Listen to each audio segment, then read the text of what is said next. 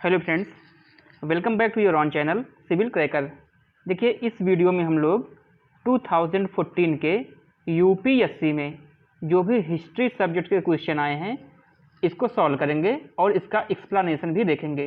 और देखिए, एक बात बहुत ही ज़्यादा इम्पॉर्टेंट है जो मैं आप लोगों को बता देना चाह रहा हूँ कि ये जो यूपीएससी में क्वेश्चन आए हैं, अब चूँकि स्टेट पीसीएस ने अपना ट्रेंड चेंज कर दिया है तो ये सारे क्वेश्चन बहुत ही ज़्यादा इम्पॉर्टेंट हो जाते हैं, क्योंकि अब यही सारे क्वेश्चन जो यूपीएससी में आए हैं कहीं न कहीं स्टेट पीसीएस में देखने को भी मिलेंगे। हो सकता है कि ये क्वेश्चन हूबहू ना आए, लेकिन इसी क्वेश्चन के इर्द गिर्द से ही क्वेश्चन बन रहे हैं। तो जो लोग इस क्वेश्चन को सॉल्व करके जाएंगे, मतलब प्रीवियस ईयर के सॉल्व पेपर को देख के जाएंगे, उनकी स्थिति एग्ज़ाम हॉल में औरों से बेहतर रहेगी। तो देखिए, बहुत ही इम्पोर्टेंट हो जाता है कि हम लोग जो प्रीवियस ईयर के सॉल्व पेपर हैं इन सब पे थोड़ा सा चर्चा कर लेते हैं। तो देखिए, हमारा जो पहला क्वेश्चन हमारा है कि रेडक्लिफ समिति किस लिए नियुक्त की गई थी। तो सबसे पहले हम रेडक्लिफ समिति के बारे में समझ लेते हैं भाई। तो देखिए, 1947 में क्या होता है, 1947 में भारत का विभाजन हो जाता है। और भारत का विभाजन होता है, एक भारत होता है, दूसरा क्या होता है, पाकिस्तान होता है।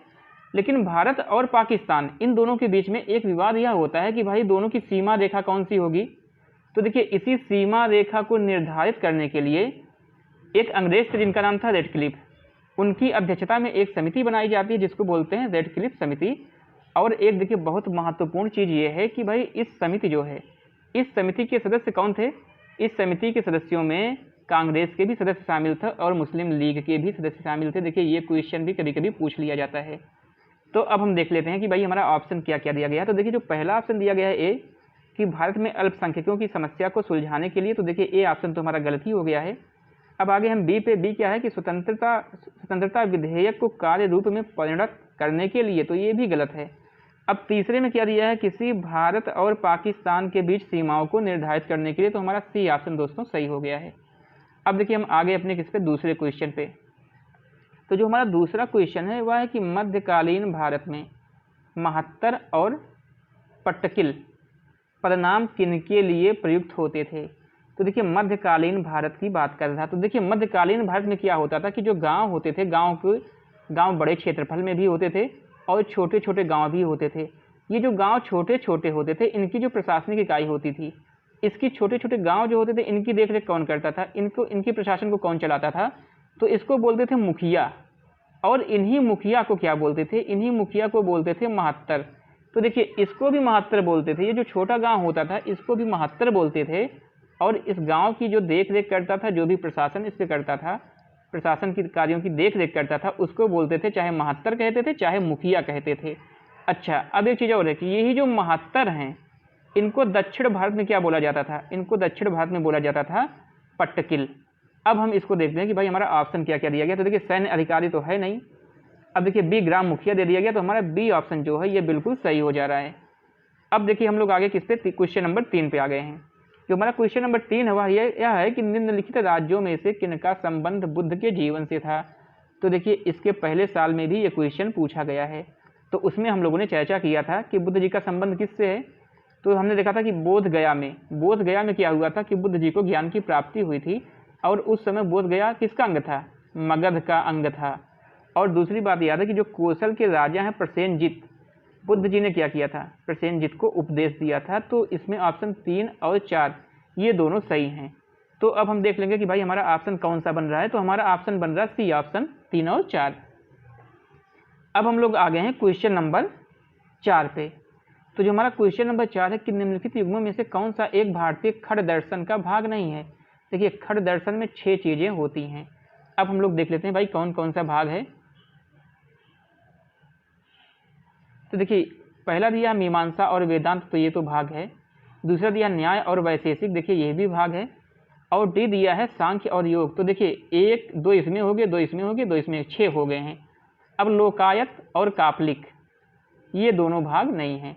अच्छा, लोकायत क्या है। लोकायत देखिए, जैसे जो पुरानी प्रथा है, पुराने विचार हैं जिन लोगों के, इसको क्या बोलते हैं, लोकायत। जैसे लोकोक्ति है, लोकोक्ति से ही समझ लीजिए आप लोग लोकायत को। और जो कापलिक होता है, कापलिक लोग जो होते हैं ये किसकी पूजा करते हैं, ये करते हैं भगवान शंकर की पूजा, ये शैव होते हैं। अच्छा, एक चीज़ और भी है कि ये लोग जो हैं ये मनुष्य की खोपड़ी में अपना खाना पीना करते हैं, इसलिए इनको क्या बोला जाता है, इनको बोला जाता है कापालिक। तो देखिए अब क्या हो गया, इसमें जो हमारा सी ऑप्शन है यही वाला सही है, क्योंकि ये पूछा कि कौन सा सही नहीं है, तो हमारा यही सी ऑप्शन सही हो जा रहा है। अब देखिए हम किस पे आ गए, क्वेश्चन नंबर 5 पे आ गए कि हमारा 5वां क्वेश्चन भाई क्या है।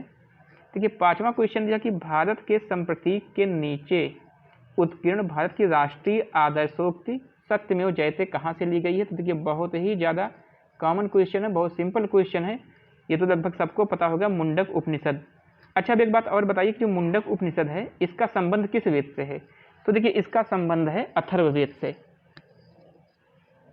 अब देखिए हमारा जो 6वां क्वेश्चन है, 6वां क्वेश्चन हमारा ये है कि भाई 1905 में लॉर्ड कर्जन द्वारा किया गया बंगाल का विभाजन कब तक बना रहा। तो देखिए अब हम इसके आंसर को देख लेते हैं, क्या क्या दिया भाई ऑप्शन।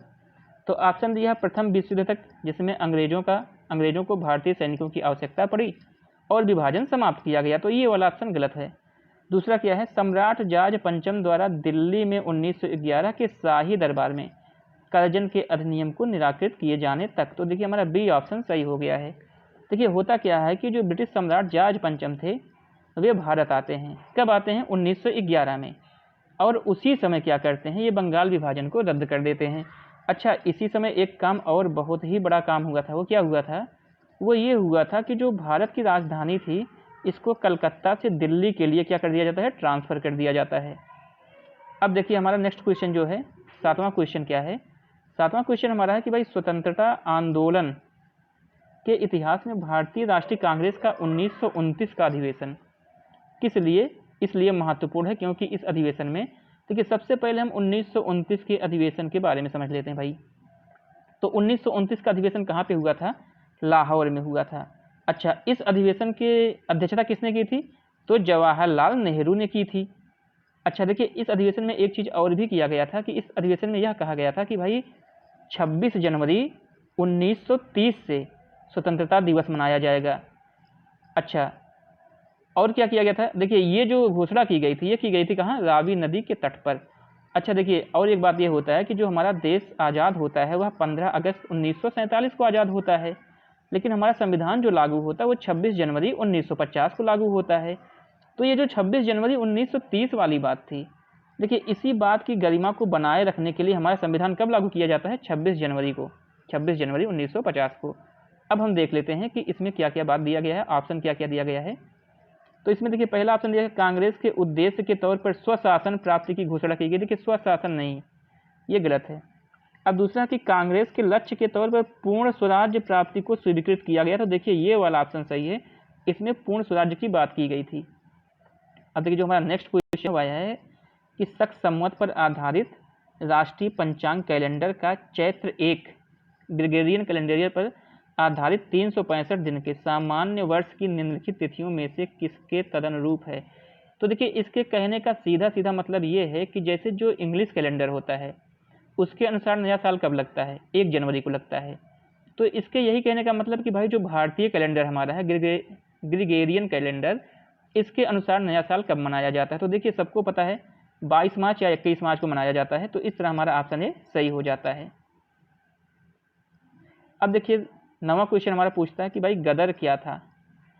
तो गदर क्या था, तो इसमें पहले हम ऑप्शन देखते हैं कि भारतीयों का एक क्रांतिकारी संघ जिसका प्रधान कार्यालय सैन फ्रांसिस्को में था। तो देखिए ये वाला ऑप्शन सही है।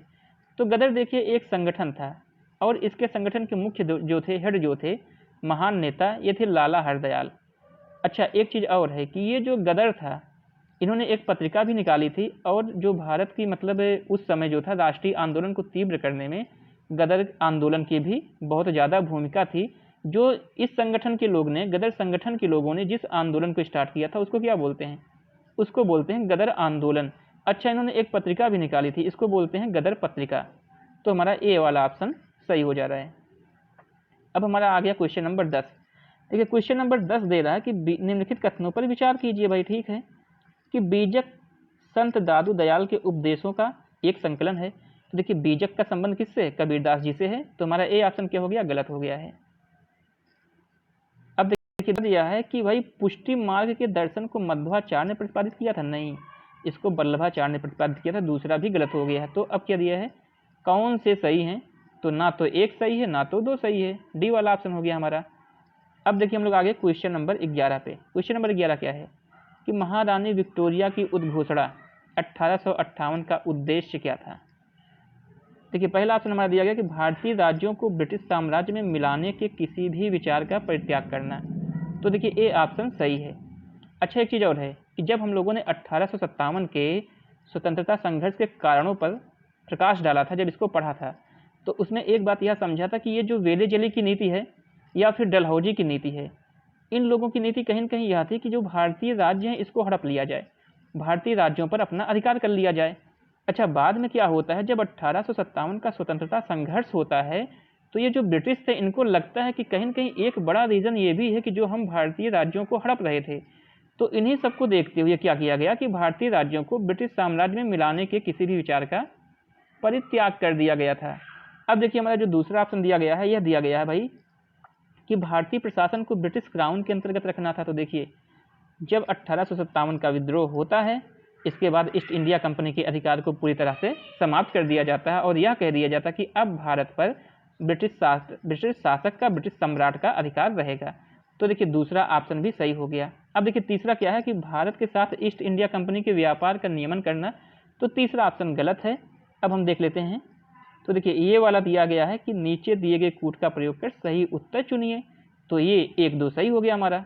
अब देखिए 12वां नंबर जो क्वेश्चन है वह यह है कि भाई फतेहपुर सीकरी का इबादत खाना क्या था। मतलब जो फतेहपुर सीकरी का इबादत खाना यह क्या था। तो देखिए इबादत खाने की स्थापना किसने की थी, अकबर ने की थी। अब देखिए पहले हम इबादत खाने के बारे में समझते हैं कि देखिए इबादत खाना का स्थापना अकबर ने इसलिए किया था। देखिए प्रारंभ में जो था कि जो सुन्नी मुसलमान थे ये क्या करते थे, यहाँ पे एकत्रित होते थे और चर्चा करते थे। लेकिन बाद में अकबर ने क्या किया, इसको सभी धर्मों के लिए खोल दिया। तो अगर कोई पर्यटक भी है, कोई कहीं और से भी आ रहा, वह भी यहाँ पे एकत्रित होता था और विभिन्न धर्म के जो धर्मगुरु थे वे भी एकत्रित होते थे और सब चर्चा करते थे। अच्छा एक चीज़ इसमें है कि इसमें अकबर भी भाग लेता था। अब हम देखिए इसके ऑप्शन को देखते हैं।